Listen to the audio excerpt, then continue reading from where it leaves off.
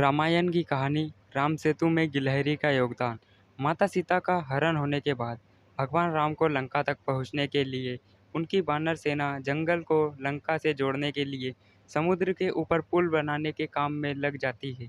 पुल बनाने के लिए पत्थर तथा भगवान श्री राम का नाम लिखकर पूरी सेना समुद्र में पत्थर डालती है।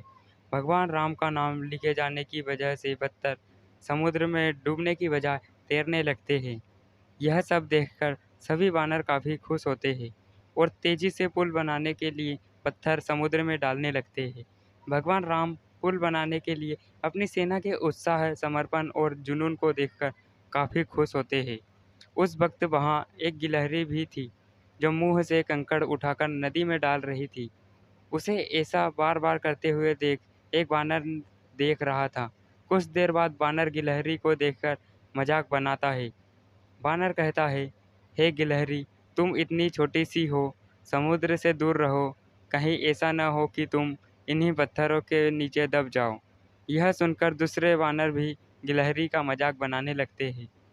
गिलहरी यह सब सुनकर बहुत दुखी हो जाती है। भगवान राम भी दूर से यह सब होता देखते हैं। गिलहरी की नज़र जैसे ही भगवान राम पर पड़ती है, वो रोते रोते भगवान राम के समीप जाती है। परेशान गिलहरी श्री राम के सभी वानरों की शिकायत करती है।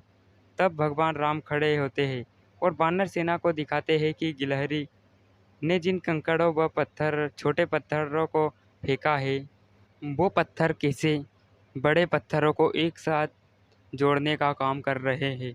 भगवान राम कहते हैं, अगर गिलहरी इन कंकरों को नहीं डालती तो तुम्हारे द्वारा फेंके गए सारे पत्थर इधर उधर बिखरे रहते।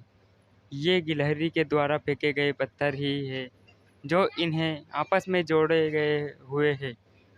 पुल बनाने के लिए गिलहरी का योगदान भी वानर सेना के सदस्यों जैसा ही अमूल्य है। इतना सब कहकर भगवान राम बड़े ही प्यार से गिलहरी को अपने हाथों में उठाते हैं। फिर गिलहरी के कार्य की सराहना करते हुए श्री राम उसकी पीठ पर बड़े ही प्यार से हाथ फेरने लगते हैं। भगवान के हाथ फेरते ही गिलहरी के छोटे से शरीर पर उनकी उंगलियों के निशान बन जाते हैं। तब से ही माना जाता है कि गिलहरियों के शरीर पर मौजूद सफ़ेद धारियाँ कुछ और ही नहीं बल्कि भगवान राम की उंगलियों के निशान के रूप में मौजूद उनका आशीर्वाद है। गिलहरी के इस योगदान के लिए एक लाइक तो बनता है।